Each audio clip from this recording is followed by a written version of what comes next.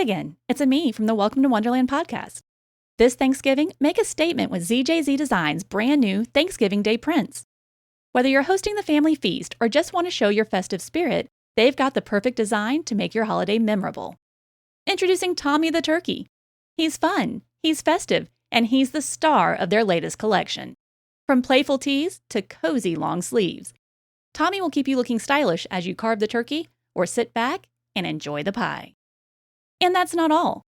Their Thanksgiving prints feature a variety of unique designs that capture the warmth and joy of the season, perfect for yourself or as a gift for a loved one. Shop now at zjzdesigns.com and bring a little extra cheer to your Thanksgiving. Hey y'all, it's Barrett from the All About Nothing podcast. Winter's coming, but that doesn't mean you've got to slow down. Nope, because Everplay Sports and Social has their winter leagues open for registration right now. That's right. Starting Sundays, you can get in on softball at T.S. Martin Park. Mondays are packed. You've got pickleball at the Casey Pickleball Complex, softball again at T.S. Martin Park, indoor volleyball at the Tri-City Leisure Center, and turf soccer at the Recreation Athletics. Tuesdays, that's when it really heats up. You can play Super Rec kickball at M Avenue Park, sand volleyball at Pollywogs, indoor volleyball at Tri-City Leisure Center, and bowling at Lucky Strike in Casey. Wednesdays are loaded too. Soccer at B Avenue Park and Bray Park Field, hardball softball at T.S. Martin Park, dodgeball at Drew Wellness Center, and of course, kickball at M Avenue Park. And wrapping up the week on Thursdays, you've got even more kickball at M Avenue Park and B Avenue Park. So whether you're into kicking, spiking, bowling, or just hanging out, there's something for everyone. Almost forgot. Special one-night events. Monday, November 10th, mix and match turf soccer at Recreation. Pick up basketball Monday, November 17th at Drew Wellness Center. And mix and match indoor volleyball at Tri-City Leisure Center, Tuesday, November 18th. Registration for Everplay's Winter Leagues is open now, but you have to sign up before November 16th. Do not wait. Teams fill up fast. Go to everplaysocial.com. That's everplaysocial.com to join a league, meet new people, and make this winter one to remember. So, dodgeball or bowling? I'm thinking both. Got to balance the cardio and the nachos. Everplay Sports and Social. Play more, hang out more, live more. The All About Nothing podcast may have language and content that isn't appropriate for some. Listener discretion is advised. Welcome, Nothingers, to the All About Nothing podcast. This is episode number 282. I am Barrett Gruber, joined by Mr. Zach King. Welcome, Zach. Hi, Barrett. Good morning. How was your week? Week was good. Open enrollment's over, so I'm not dealing with that anymore. Woke up this morning a little sneezy. I feel like I had an allergy thing going on. So yeah.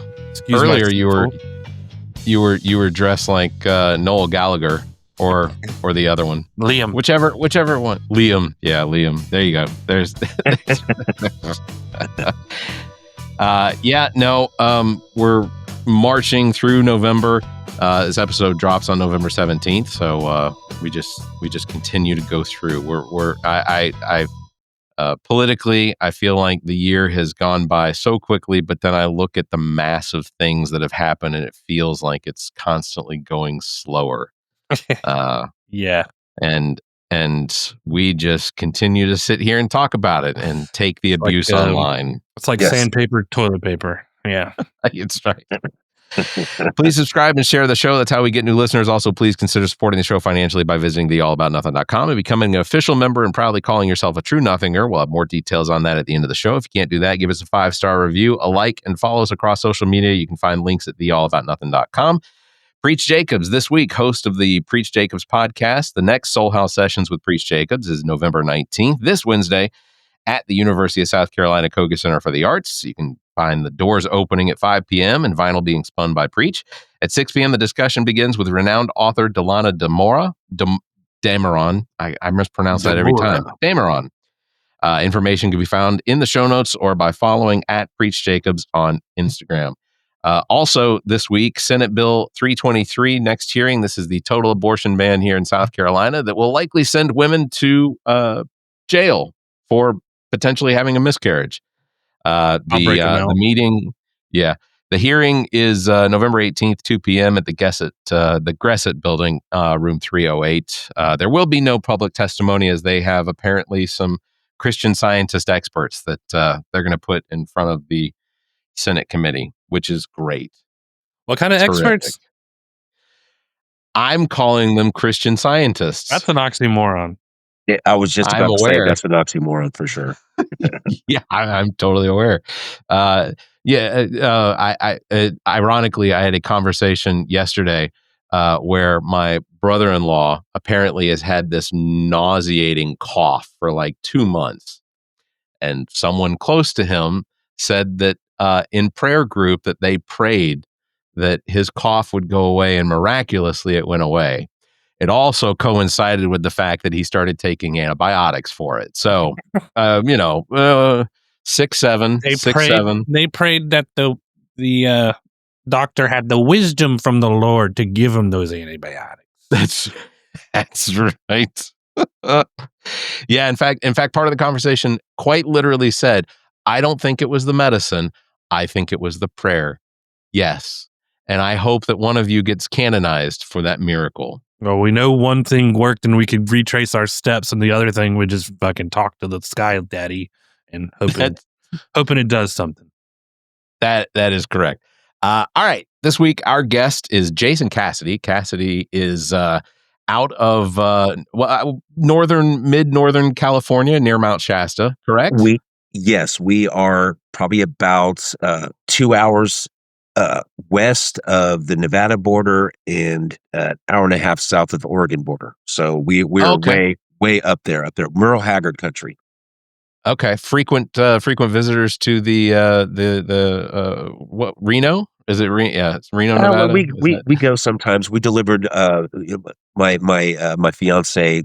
She breeds Shih Tzus, and so we delivered a puppy to Reno a couple weeks ago, and sometimes we go out there. It's I like biggest Tahoe little better, town biggest little city in the world, right? It's interesting little town. It's really grown a lot. That matter of fact, it's grown so exponentially that the infrastructure can't handle all the traffic there now because it's just been so much. Wow. Yeah, the traffic's like at a dead still because the freeways are like 2 lanes wide. There's goodness. After Reno, if you're going east, the next thing is Salt Lake City. That's like a 9-hour drive from Reno. Jeez. Yeah, so there's really not a whole lot going on out there. Well, Jason, you are a wildfire fighter in you work for the state of California, correct?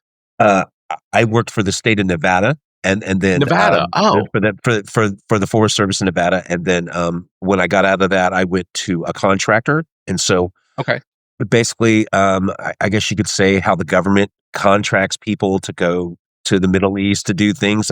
We kind of basically do the same thing. We probably get the worst jobs. The Forest Service and the Cal Fire kind of pick and choose what task they want to do for that particular day on a wildfire. So it was still awesome, rewarding work. We worked hand in hand with Cal Fire and with the Forest Service, Fish and Wildlife. So yeah, we're just all a big group to just to try to accomplish the goal of putting the fire out or getting it to calm down. I think what a lot of people that don't know anything about wildland fire misconstrue with like structure fires is you don't get a call and put on your clothes and go, right in. There's like mapping and plans and briefings and it takes days sometimes just to put together an action plan just to try to be able to stop the fire. It's like a lot of people just totally get that messed up, Oh yeah, how come you can't put this out? I'm like, dude, you're 9,000 feet up on a hill like this. You're not going to get any bodies or any trucks in there to like try to get some sort of stoppage point. Yeah. A lot of the times it's like the air game. The retardant drops and the water drops with the helicopters. I think I sent you a video reel of a helicopter dropping water on a fire. Yeah. So I'll pull that up. But Jason, tell us a little about yourself. What's your history? How did you get into the firefighting? Well, I won't really go into I won't go into like a big long-winded explanation, but I've made some mistakes in life, and that's a drop from a Chinook right there. That little hose hanging from it goes and picks picks the water up out of like a reservoir or a river and then drops it. But I was in the penal system, and I got into a little bit of trouble a few years ago. But didn't really do. I wasn't a violent guy. Just made some bad mistakes. I had some trouble with addiction early on in life, and so my addiction found me in trouble, incarcerated. And so I had the opportunity to go to a fire camp. I did, and it was probably, I don't know, one of the most rewarding things that I've ever done in my life. I felt like I had purpose. I felt like that I was helping. People actually didn't look down on me; they looked up to me. I've always been like a really, a huge thrill seeker. Motorcycles at 140 miles an hour, or whatever it may be. That adrenaline, and I just received a whole bunch of just really great feelings from it. And so, on my exit date out of there, I did whatever I could to find out on how I could get on with a crew. And Gavin Newsom, I like him a lot, and then some of the things I don't really like about him. But one of the things I will say about Gavin is he makes it possible for people that want to change their lives and to get into the fire, into the wildland fire. He's made that available to people. So yeah, that's awesome. Did you guys see the Jon Stewart episode about a year ago where he had the guy on, the convict on? Did you guys see that one on the Daily Show? I think so. Yeah. I remember. So he pretty much sums up everything that I was thinking. It's just a really great field to get into. It's not year round, so you have to kind of find something to do in the wintertime, which I did, which I do. But I got on with a contract crew about 5 years ago, and we've been all over the United States, New Mexico, Oregon, Washington, Idaho, Montana. The traveling's great. Anywhere you go, you could stop at like a grocery store. There's a crew of 20 of us standing in line to get food or something. Some lady will come in. You saved my ranch 4 years ago. Yeah. Let me buy you lunch. It's amazing. It's just great. Well, so I guess this entire interview have the most important question I have to ask before we get into some of the questions. Have you all ever been cast as extras on Fox's Fire Country? Oh, that show. So I don't want to like ruin anybody's outlook on Fire Country, but I don't know. As being a wildland firefighter, when you watch a show like that, you kind of pick apart like, oh, okay, that would never happen, and that would never happen. There's no way that guy would ever be anywhere in the same hometown and his parent, and his dad, or whatever that he went to at the beginning of the show. The first season. We don't really like to get on the camera too much. Like Cal Fire's the one that likes to stand in front of the news cameras and let everybody know what's going on. They're the only wildland firefighters that have badges. Really? Oh, wow. Yeah, they have these big badges, like a big shield on their uniform. That seems like a source that could potentially heat up. They don't wear them when they're fighting fires, do they? They don't know. Like everybody has to wear the Nomex, the fire retardant, the yellows that you see. But they have their own color as well. And this is not a knock on Cal Fire at all. If I could get on with them, I would have been on with them a while ago. But they're kind of elitist and separatist. My damn badge burned through my shirt again. Yeah, they're big too. I mean, they're like half the size of my hand. It's special. Whoa, yeah, I see that. Well, Jason, you mentioned your time shows like that. Give me 911 and firefighter. Yeah. Are you kidding?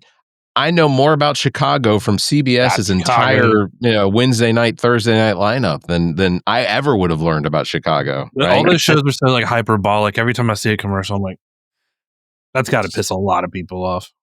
I got to imagine that the drama involved, because I've only watched 2 episodes of Fire Country. I don't. That was as much as I could tolerate, because I think the guy that's in it was the guy from Sons of Anarchy, isn't it? Am I wrong about They that? look similar. Like, I think that's the look they were trying to portray. I don't know if it's specifically him or not, but yeah, they were trying to do that. And there's no way that. So I think it was the first or second episode. The structure was on fire. There's no way they call a con crew in to put out a structure fire. Like, structure and wildland are 2 totally different things. Like different equipment, different animal, different outset, different game plan. Completely different. Yeah. We were watching that video you had sent of the helicopter drop in the water. Is there ever a point where you're close enough to that to feel like the mist or the rush of the drop? I do have a story about that. A couple of years ago, this kid was a little out to lunch. It was kind of just like, there's like go times, and then there's like downtime, right? Yeah. And so he was a little wary, and we called in the drop, and it was kind of not that one in particular, but it was kind of more of a mountainous tree situation, and the water hit the back of his leg, and it folded him. He fell. Oh, wow. Yeah, I think they drop like 400 gallons at a time. Yeah. Or something out of the smaller helicopters.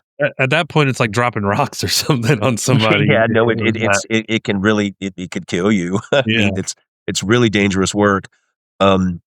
People, you never hear about this, but like, you circle up and you have a briefing with your crew before you go out and do your task. And if the winds are like 40 or 50 miles an hour, there'll be branches that will like fly off and hit somebody and kill them, like just right in the middle of night, like not even being engaged in the fire. It's super dangerous work. Really dangerous work. They, you've heard this expression, head on a swivel, right? Keep your situational awareness going or whatever. It's constant. Things falling. I was holding the road one time when the fire was coming. So we're basically what we're doing is if the fire is coming to this forest road, just keeping an eye on across the street where the green, the fuel hasn't been burned yet, right? Yeah. And these aspen trees are really brittle at the bottom. And if I wouldn't have ran out of the way, this tree that was burning fell into the middle of the road. So yeah, it demands your constant attention when you're out there. Yeah, some of the videos and photos you sent me are just absolutely intense. Is there, and I'll share one as we're talking, but like when you're about to be called up, or I guess you all are in the planning stage. Do you have is there anxiety or do you feel paranoia or scared about what it is you're about to potentially be walking into? Yeah, I mean, I don't myself, because like I was explaining to you about like how I really have that adrenaline thing, and some people think that they really want to do this, and then they get out there and they're there like 2 or 3 days, and then they're like they want to get sent home, or all of a sudden they have allergies or sickness or whatever. But there's a saying in wildland fire. We don't react, we respond, right? Yeah. So you get kind of people that have that keep like a really cool head about themselves, or have a plan, Yeah. Or just like there's like some guidelines you have to like know by heart before you like even go out there. You know what I mean? Like they want to make sure that you're trained up and that you know what you're doing. What's your main tool for like putting out the fire? If you're like in the brush where maybe like tankers can't get that far, hoses can't get that far, what are you doing? So being on a hand, I was called what's being on a hand crew. There's hand crew, there's engines. Engines have about 3 people in them. Hand crew has 20 people. So sometimes they'll do like, I don't know, 6 hand crews on a fire, a couple of engines. And so usually what the hand crews do is they get a directive from the task force or the division leader. Hey, I need you to come up to this latitude and longe, this particular area. We want you to saw down the trees that could potentially ignite or light on fire. We saw them down. We have like hand tools, hose, shovels, these things called McLeods, Pulaskis, where we'll actually go in there and we'll separate the green fuel from the fire and make, like, I don't know, sometimes up to like 3 feet wide, like a 3 foot wide swath to kind of keep the fuel from, keep the fire from, continuing to burn. So that's basically what hand crews do. But we do a lot of other things too. We could be assigned to do hose lay, where there's like a pump with a water source, and we're trying to just extinguish anything that that's burning hot that might shoot over and reignite when the weather calms down. Yeah, there's like it's a multifaceted job for sure. Yeah, that's incredible. Like, so this is a situation where you guys are obviously walking in. This is fire prevention. You all are walking in for. You all are attempting to separate. Correct. So what that area that you see is green. That's the green. We're walking towards the black, which is the area that's burning. Okay, and so see the little swath there. That's called a line or a cutting line. I mean, that's the trail that we're walking into. But yeah, that's our task at that time. You see all the hand tools in there. Yeah. Yeah. Why do the backpacks hang so low? Well, they weigh about 50 pounds, and when you're walking, 12 to 20 miles a day, you kind of want them not really lying on your shoulders. You want them on your hips. So actually, the guy in front of me, as I'm filming, the guy in front of me has a belt around his waist, and so your waist kind of takes the weight off of your shoulders, so you can continue to walk around all day. Yeah. Yeah. So when you talked about building creating that separation line between green and burned, I guess that really only works when the weather conditions are not exacerbated by 70, 80 mile an hour winds that are just blowing embers and things into the green. Yes, correct. So you have a guy in the front. So say there's like, I don't know, trees and dirt and rocks, and so you'll have 2 saw or 3 saw crews that will come in, saw all the trees down, send the trees that have the potential to burning into the black, so it's not starting on the side of the green, right? And then you've got guys in there with pickaxes and hose and shovels that are just really trying to just have nothing for the fire to run into when it's burning on the ground. Yeah, that's it's amazing. So I know that the program has been the subject of debate regarding how how low the pay is for the danger. Yeah. Essentially, what's your personal perspective, I guess, on the ethics of the program? So they, with the last administration, right before he was on his way out, old Sleepy Joe was actually got us a 50% raise in for 24. So whatever, because you have so many hours, right? So your minimum amount of time on a fire used to be until you were done. And then they in 21 they changed it to 2 weeks, and then you had to have a mandatory. That's 2 weeks straight. That's no time off. That's 15-hour days, 6 hours of sleep, crappy food, sleeping in the field. You know what I mean? Sometimes there's no showers. You know what I mean? It's like, they bring the portable showers in. Those are nice to get, and then when you get back, if you're the last crew back, you're waiting for an hour and a half just to shower to go to bed and wake up and start it all over again. But I think my kids live that lifestyle every single week, is the no showering. Ew. Yeah, the grandkids next door, they're pretty wild. They do the same thing. But yeah, so in 24 they did pass a bill to give a 50% increase in pay, and the checks were exponentially bigger, like nice, and then the work limits where they're at first it was like sometimes I'd be out there for 38 days, 42 days. It's dangerous. if you don't get rest, if you don't get time with your family, you're thinking about other things, you can't be safe out there. So I think finally somebody was just like, whoa, we're losing people behind them not getting their rest. And so now they kind of stand on it. Because you're not used to anybody if you're out there just completely out of it, drained, malnourished, that tired. It's just you're not doing any good. Yeah, and you think about your mental too. All of the brain power that goes into being aware of your surroundings all the time. I was up there in a rank a little bit more than the other crew members, so like I'm on the radio and I'm responsible for lives, and so that kind of takes its toll on you too. I bet. Yeah. So when you've been on active fire assignment, what is one of the biggest significant differences between, say, an incarcerated crew and one of the professional contracted crews? Like what can you see as far as the difference? The difference is I'd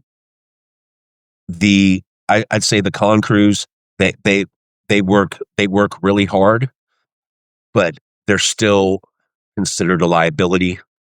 I've never heard of anybody escaping, but like you not only do you have your CAL FIRE or your fire crew people in charge of the con crews, you also have correctional officers in the background somewhere making sure that nobody gets into a fight or does anything weird. Those guys are some of the hardest working guys. When I was in, they worked really hard. When I've been on fires and I've worked with the con crews, those are really hard working guys. Contractor crews, they work just as hard, if not harder, than the government or the state people. That's just taking a little rest. As you can see, you can't even see the sky, right? No. That was a long day right there. That was probably like 13 or 14 hours. We were just like, okay, that's a really good picture too. Let's get some rest. No, I was gonna say. In fact, I have a picture of the sky that you sent me, that's the sun. Yes, it is. That's like the movie. I don't know if you guys have seen The Lost Bus with McConaughey. Did you guys see that? Oh, have you seen the movie? Yeah. The sky really does black out like that. That was really a picture of the sun in the middle of the day. I wish I had them to share. But a friend of mine was in Pasadena when they had the fires. What was it? 4 years ago, 5 years ago, something like that, or was it more recent? Well, there was one actually last year this time that ravaged LA. Remember, like Palisades and Malibu and all that. My friend was actually a dear friend of mine was assigned to that fire. He was down there like 2 weeks. Yeah, that was rough. She sent me photos because she lives in Oxnard, but she works in Pasadena. And so the drive between or home from Pasadena to Oxnard was, the sky was just completely black. It was like it was nighttime, but it was 3:00 in the afternoon. Yeah. Unbelievable. It totally, sometimes fires can make their own weather, their own wind. Yeah, it's like people. Unless you've experienced it or been anywhere near it close hand, I don't think anybody can fathom like how crazy it is. A buddy of mine that was in the Forest Service for 13 years, he only has one lung. His lung completely collapsed from just all this smoke inhalation. Last couple of years I've been N95 in it, and I get a hard time by the younger guys, but I can breathe just fine. Yeah, I would too, man. I don't want to have one lung for the rest of my life. That's awful. Yeah, no bueno, man. Sorry. Well, as a guy that's not from this planet, I only have 2 lungs. How many do y'all have? You got 2. Oh, Barrett's from Uranus. Yeah. Yeah. Thanks, Zach. Was there a specific moment or fire that served sort of as a turning point for you, or a moment that you realized that this was the life and the career that you wanted to have? Yeah, I honestly believe it was the very first one on the con crew. One of those situations we were talking about the high winds, and it was a lightning strike the day before, and we had been assigned to it. I mean, this is out in the eastern Nevada desert, like not far from the Oregon or the Utah border, excuse me.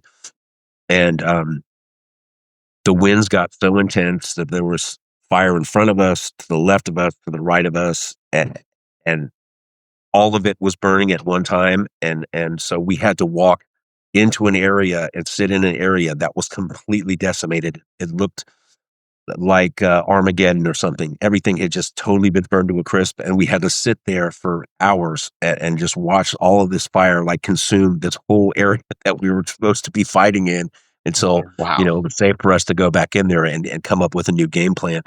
But it was then that I knew that it was just like, wow, I could do this. I could probably do something like it's right up my alley. The intensity, So, yeah. I was just gonna say, what's the sense? So, like safety, obviously, safety is probably Yeah. like the number one concern. That's the first.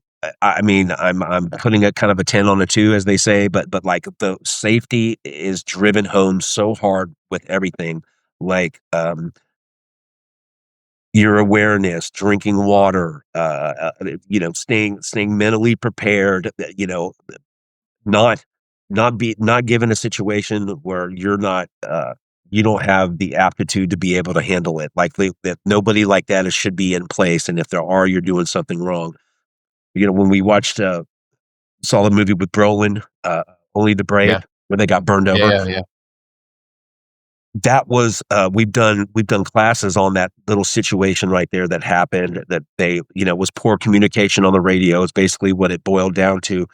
But there's a saying that my crew boss shouts to Phil. He would say, you should never be in a situation where you're with a leader that's going to make you deploy your fire shelter. Everybody has one of those fire shelters in their pack to cover up, and it's supposed to block the heat. But you should never be with a leader that's going to put you in that type of danger. Like they should have had there's what's called escape routes. So you're supposed to have a lookout on the radio, say, hey, look, don't go there, this is bad. You're supposed to have a safety zone. So if that fire was coming like it was in Only the Brave, they should have had an area by the lookout, and said, hey, look, go over here. This is where you can safely sit until the fire passes over, right? And you should always have an escape route. Yeah. I was gonna say, so in a situation where fire's in front of you, fire's on both sides of you, you do have an escape route. Like, is that the most like at what point is it that you have to then run, or like, is it just if it comes in on you?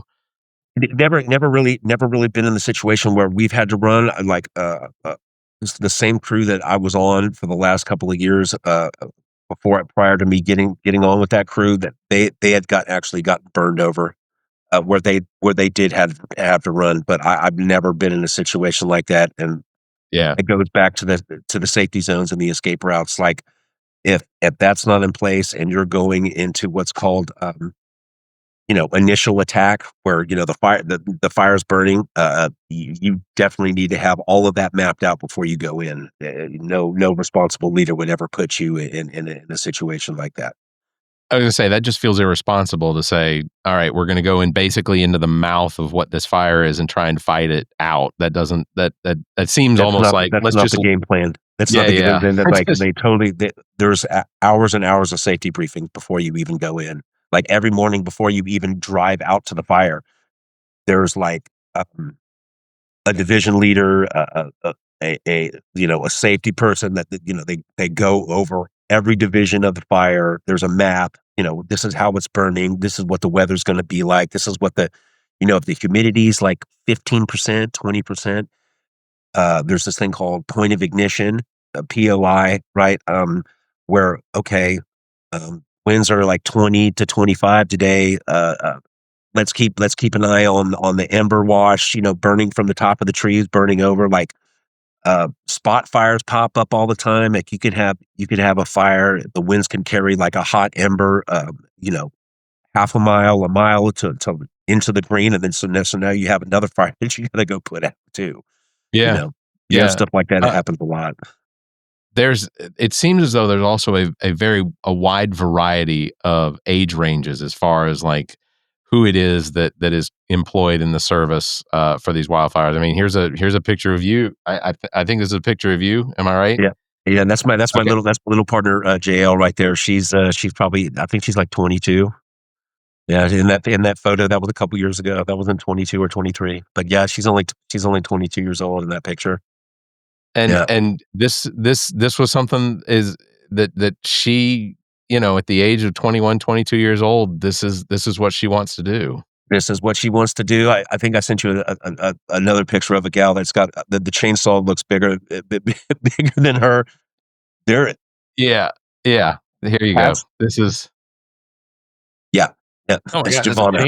Whoa. Yeah. Those the gals that I've worked with, I mean, I'm telling you, it seems like they kind of have a chip on their shoulder, or they have something to prove. That they work harder than most of the men. That gal that you see with my arm around, she makes people look bad. She makes the guys look bad. She's one of the hardest working people I've ever worked with. That's amazing. And so, we don't want to I don't want to tell their stories without them, consenting, but like, Right. but do they come from a long line of firefighters or is it the same sort of thing? They were just given a choice that this was.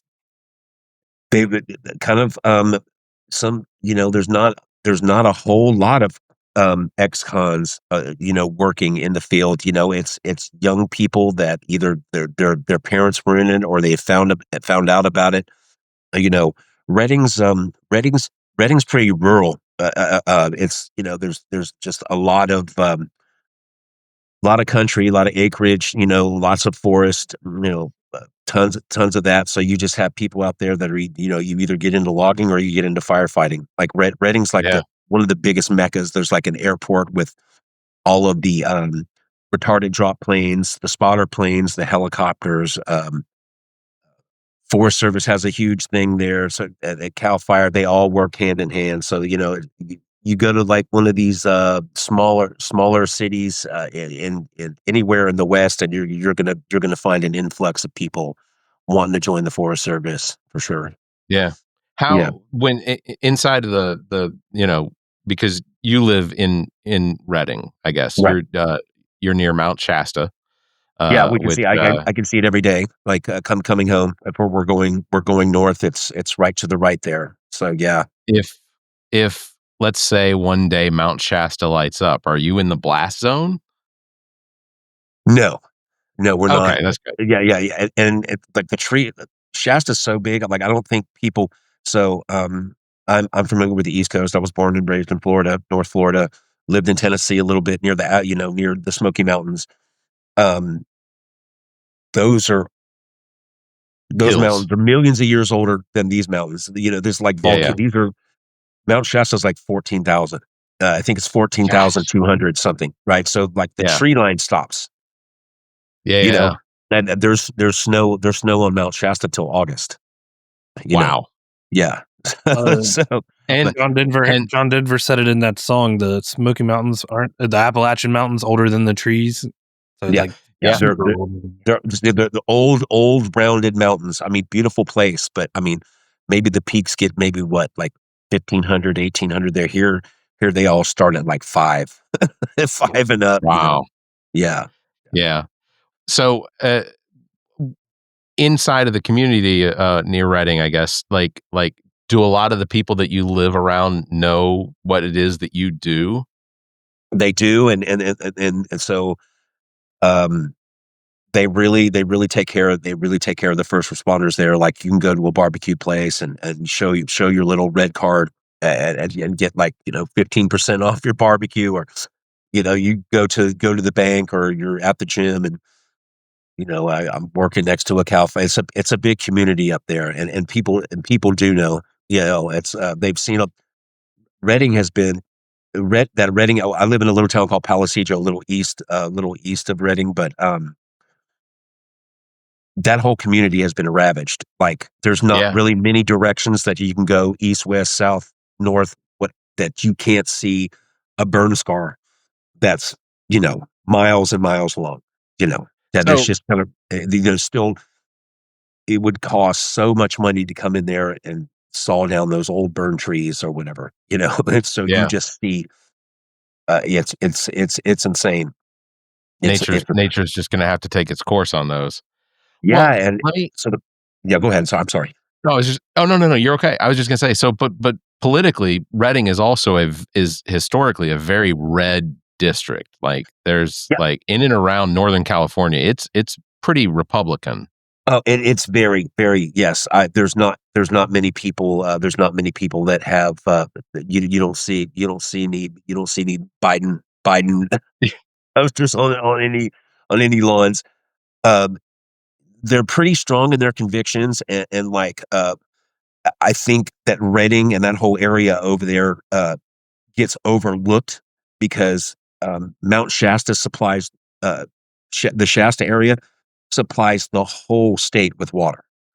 Yeah, yeah. And like there's a never ending supply of water coming out of Shasta and in those areas up there, and so um, people think, or people that are under the impression that where there's like millions of people like the Bay Area or LA or Fresno or whatever, that there's different, they totally get overlooked on the money that comes to certain things, like, okay, let's improve this, or let's put money towards that.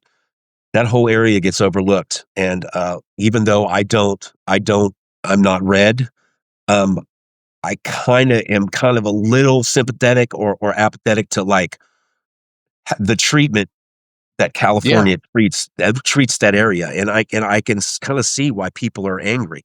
You know, yeah. um, all that water that they get, because California's like huge actually agriculture state, lettuce, carrots, almonds. Almonds. But Yeah, think of. I mean, if you can think about any fruit or vegetable, it's all coming out of California, and that Shasta's giving the water to water all those crops. yeah. And Absolutely. so I can see how the people get mad and get overlooked. Well, Uh, yeah. not that I would ever Especially. swing that way, but they actually have a thing that starts around Reading and ends probably like in like Central Oregon. They call it the state of Jefferson. There's Yeah. actually, Yep. if you've heard of it, state of Jefferson. Yep. Yeah. There's stickers and yeah, And it's a yeah, legitimate movement, and I don't blame that area for having the desire to potentially govern itself, because Sacramento is a little farther to the south, and it's right, Sacramento tends to lean towards the direction of the San Diegos, the Los Angeleses, correct. the San Franciscos, and I don't blame them, because if it weren't for the water that comes out of Northern California, it's that giant cranking water spout that Donald Trump Yes. apparently came out and turned himself. Yeah. But so with respect to the area and them knowing what it is you do, what is sort of the idea or the mentality that of those individuals that are Republican, do they recognize just how much you all need the state as far as like funding and Yeah. the safety and everything like that? Well, I think first thing in anything with the wildland fire, because those people in that community up there they are a close knit community, that partisan stuff really doesn't hold too big of a place when it comes to like safety or helping your neighbor out or whatever. That's just something that's really not discussed too much. But that whole, like we were just talking about, that whole area has been really overlooked, and it's kind of sad, and it's a beautiful place to live. And if you'd asked me a couple of years ago, hey, you thinking about moving to Reading? Like I'd have been like, okay, well, outside of dispatching up there to go do a fire, I would never live there. But now that I'm on acreage, and I get to look out my front door, and there's like this Mount Lassen's up there on the right with the snow on it. It's kind of, everything's like really slowed down, and I just appreciate it for what it is. I'm just don't talk about politics with my neighbors. Yeah. Yeah. No, I don't disagree. My sister constantly, Lorian, is constantly talking about visiting. She's up at Mount Shasta as often, I think, as someone probably needs to be. Yeah, and she lives up there. I mean, that's her piece, you know. Yeah. She comes by to see us when she's up there, you know. Shouts to your sister. Much love to Lorian. Yeah. Yeah. So I do want to ask, you live close enough to Mount Shasta. Have you ever seen any of the weird stuff going on? I see Ancient Aliens talking about Mount Shasta all the time. You know, it has drawn a huge community of people that live, well, you know, the city of Mount Shasta, or, you know, Mount Shasta city. It's a totally different dynamic than the rest of, you know, like Redding. It's probably like an hour to get near Mount Shasta, or the town of Shasta. It's probably like an hour north of us. So yeah, people are drawn, you know, spiritual, metaphysical people are totally drawn to that area. You know, one of the biggest stores downtown up there is like crystals, you know, geodes, right? Like it's, you know, the store is huge. It takes up like the whole city block, and you know, you eat back in there like a Costco, you know, with all, man. Yeah. Aligning chakras with Mount Shasta. So now that you're a professional firefighter near Mount Shasta, what does it mean for you to be fully recognized member of the civilian fire crew and an active contributing member to your community? Like, how does that feel? Like, I get kind of teary-eyed when I talk about it. It's most fulfilling and rewarding work I've ever done in my life. To actually be where I was, you know, in the justice system, you know, you just the shame of that, or, you know, because there's like sort of like stigma or whatever, right? To anybody that's ever been incarcerated, you know, okay, let me grab my purse a little tighter, or, oh, let's not let this person in, or, you know what I mean? Yeah. Or for me to be able to say, hey, I'm a wildland firefighter, it's amazing. Like, and like I said, people just go out of their way to show you nothing but love and respect. You know, it's been a great ride. Really has been. How much of it feels, and I know we talked about it a little bit earlier, but how much of it feels less like firefighting and actually just firefighting prevention, or the actual fire prevention? Okay, so in the off season, which is what's going on now because there's rains, there is a lot more prevention work. You know, there's these things called ladder fuels. So, like, if you have a tree, from I guess you could say starting to your knees up to like 20 foot before the branches even start on the tree, you have these little sucker branches that grow out. Yeah. But you have like tons of crews that go in there and take care of all the trees, and, you know, the high grass or the old shrubs. They have all these machines now, these masticators, and that just come in there and just get all the stuff that could make the fire much worse if a fire were to roll through there. They're doing a lot more prevention. We my role as a firefighter was more along the lines of what's called initial attack, and that's to put a break in the fuel to stop the fire. That's been my primary role as a firefighter myself. Yeah. So when being in the off season now, the rains aren't going to last. Last year, it seemed like in California, the fire season started in basically like middle of December, because we had all of those southern fires Right. that I guess were they were exacerbated by the fact that we have those Santa Ana winds that sort of just sweep across from the east to the west, or the northeast to the southwest, or whatever. And it, you know, how much, or I guess how often are we seeing that this fire season continues to move directions as far as the calendar goes? Like, what do you all see up north? So we've been getting thumped by the rain the last couple of years. There's like a seasonal stream, or, you know, water flow. Usually, I don't know, the stream, or the little creek kind of putters out around May when it, you know, when it does stop raining. But we've been getting thumped with the rain. And so at least the last 3 years, the fires have not been as bad up in my district, the region 5 and 6. Down south is a different story. That's all desert down there. They don't really get much rain to begin with. And so when those winds do come, and the PG&E, the utility company, who's been responsible for a lot of major fires in California, those trees hit those power lines, and the winds come up, and there's nothing that anybody can do anywhere to put those things out until those winds stop. There's nothing. Yeah, there's nothing that any fire crew or people try to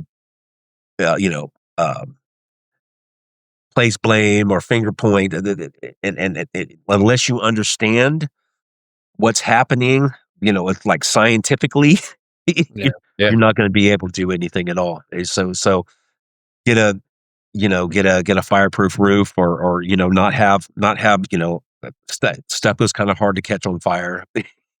There's like certain things. Yeah. And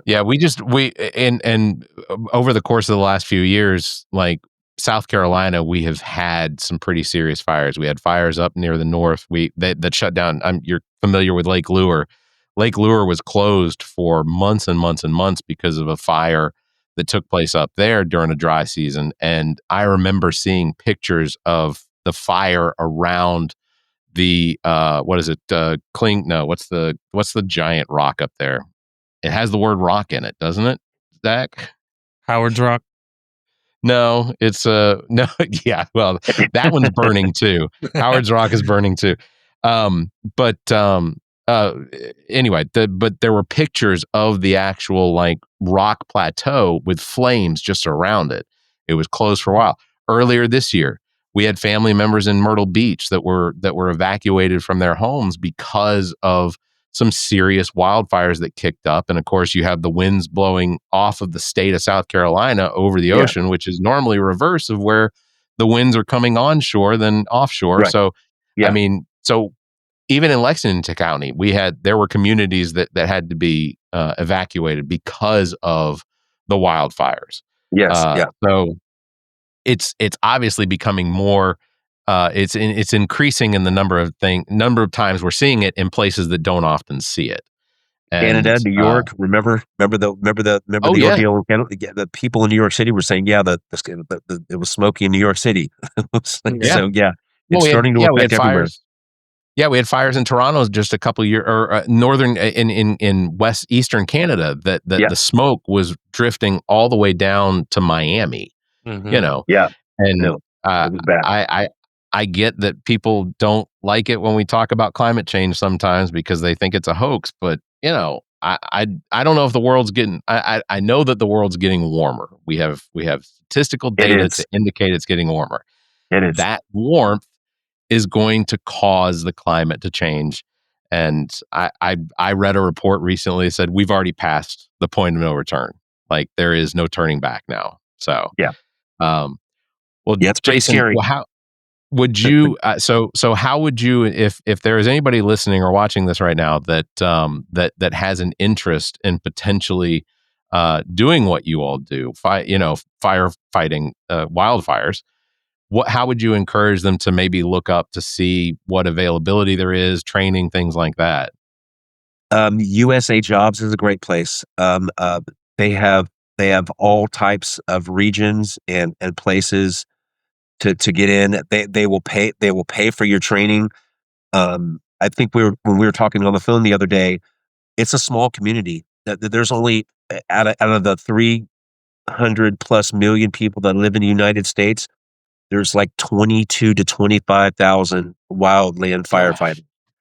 And so when I'm on a fire in New Mexico, I'll see, my task force or division leader will be at a fire, running the same show in Oregon. So I didn't mean to get off topic there, but they need people. And so you can go to usajobs.gov. There's tons of wildland fire contractors some people get in like that. They'll pay for your training. You fly there or drive there. They'll put you up for a week. You can get your basic course taken care of, and then just being available when wildfire season starts, which is like towards the late end of May, early June, and it ends usually around late September, early October. It's usually like a full fire season. You should be at least like 4 to 6 rolls, which are 2-week rolls. Yeah. Well, do you want me to encourage people to go check out your Instagram? Sure. Yeah, please do. Big Show Wildland Fire. Yeah. I really enjoy the videos of the birds. The hummingbirds. Yeah, those are right out. Those are right out the window. I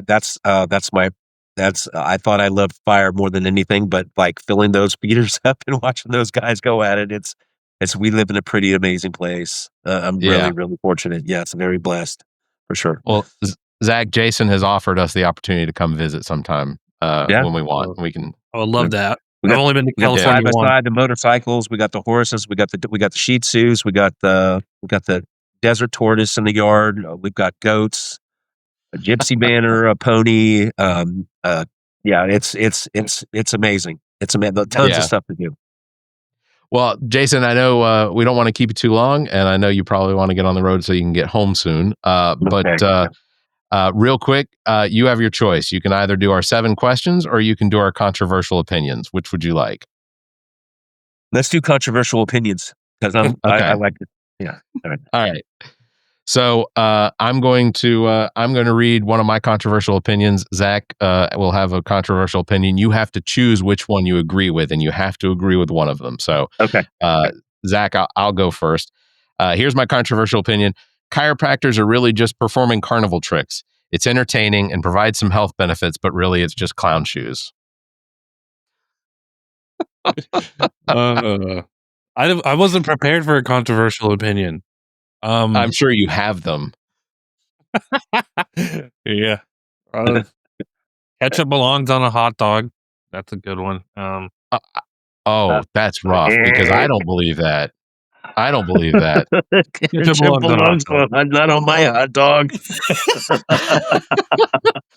I think that means I win. Have a more controversial opinion than I thought. I'm just going to tell you this. I got a hard time with calling a chiropractor a doctor too. Bam. Yeah, sorry, cousin. Doctor, not a doctor. I will just say my hot dog has mustard and a horsey sauce from Arby's. So I like the horsey sauce. Hot dog. I like the horsey sauce. I haven't been to Arby's in years, but like we have horseradish in the fridge for sure. That's like one of my go-to. Yep. Horseradish sauce. No steak sauce, just a little bit, Absolutely. Ketchup, mustard. That is the most Republican thing I think that I've ever heard Zach say. That's how that feels. I don't know about that. Okay. All right. Well, Jason, really appreciate you coming on the show with us. Thank you very much. I know that you all have a lot of things going on, and the fact that you could make the time to be with us, really appreciate it, and also appreciate what it is that you do, protecting all of basically Northern California, Oregon, Nevada, into Utah, just all that entire area, and sincerely appreciate everything that your crew does with you. Definitely. Please extend our appreciation to them. And I will. I will for sure. I love you guys' show. I watch it all the time. It's an honor to be on the show, and I really do appreciate the both of you guys for taking the time to in your content. Thank you. Don't set the bar too high, because it's just us. Yeah, you give Barrett a little compliment. He's going to start thinking all kinds of things about himself. I will. In fact, I'll start to question whether or not I need to go through this bet that Zach's got me. Because by the time this episode airs, we will know if the Panthers beat the Falcons, and within a few short weeks, I either will have a blue beard or not. So I'm a Bucs fan, so. They seem to have a pretty easy march towards the playoffs. They Falcons, do. Panthers, and Saints. They do. You just don't put Baker on a pedestal. You know, when he's fighting and everybody's counting him out, that's when he performs his best. So like, as long as they continue to browbeat him and not put him, up on, yeah. I can't believe Baker. I go like, we used to have him. I'm like, where was this Baker when we had him? What the? I can't believe Mayfield's head fits in that helmet. To be honest with you, like that is a dude that I think he thinks he might be running for president one day. If Tommy Tuberville can run for Senate, Baker Mayfield can run for president. Well, he can definitely run for a first down when he's about to get clobbered. That's a pretty breathtaking run. All right. Well, that's going to do it for episode number 282. Thank you again very much, Jason, for being on with us. Thank you, Jason. Zach, thank you, Zach. Thank you, Barrett. for being here. Let's catch up soon, and you guys come out and see us. Absolutely. I'm bringing 3 children and a wife, so make her. I'm probably we've got an in-law next door to on our property, so we have 3 grandkids, 1 on the way. There you go. Perfect. So we got quite a bit of kid stuff going on ourselves. Awesome. Perfect. Yeah, it's great being a grandparent. It changes your life. Well, links to all of our past episodes, podcast platforms, merchandise, and social media are available at our webpage, theallaboutnothing.com. And if you think our financial model of giving away free content and entertainment is silly and you're in the giving mood, why not become an official Nothinger and support the show? Members get early access to this episode as well as exclusive content. Visit members.theallaboutnothing.com, or you can find a link on our webpage. You can also give a one-time donation through the same link. If you'd like to be a part of the show, you can call and leave us a message, 803-672-0533. You can email the show at theallaboutnothing.com, or you can join our Discord server. Links found on our webpage. Thanks for listening, everybody. Thank you very much for watching. Please hit the subscribe button.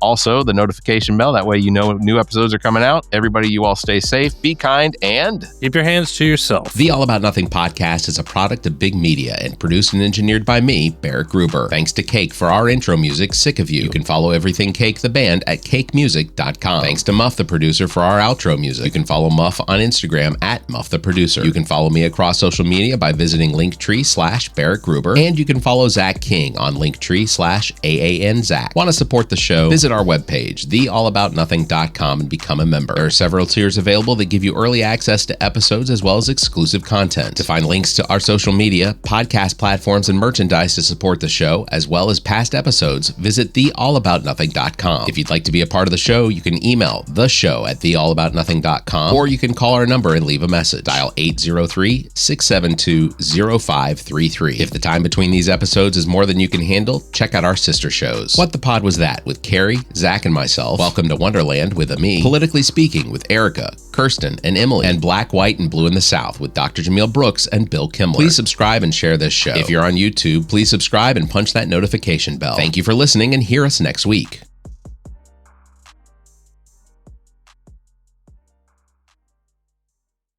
The preceding podcast is a product of Big Media, LLC, and is copyright 2025, all rights reserved.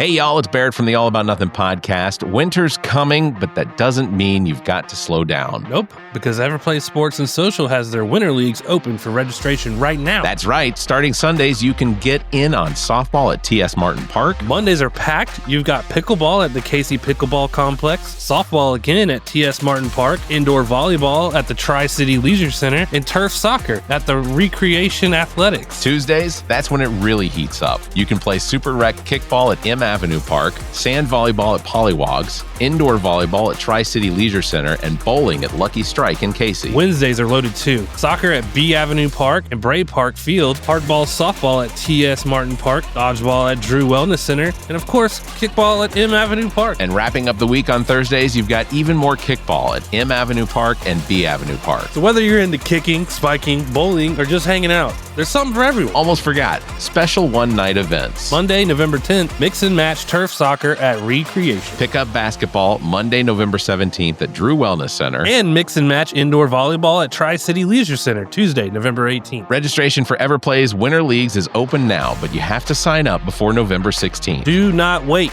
Teams fill up fast. Go to everplaysocial.com. That's everplaysocial.com to join a league, meet new people, and make this winter one to remember. So, dodgeball or bowling? I'm thinking both. Got to balance the cardio and the nachos. Everplay Sports and Social. Play more, hang out more, live more.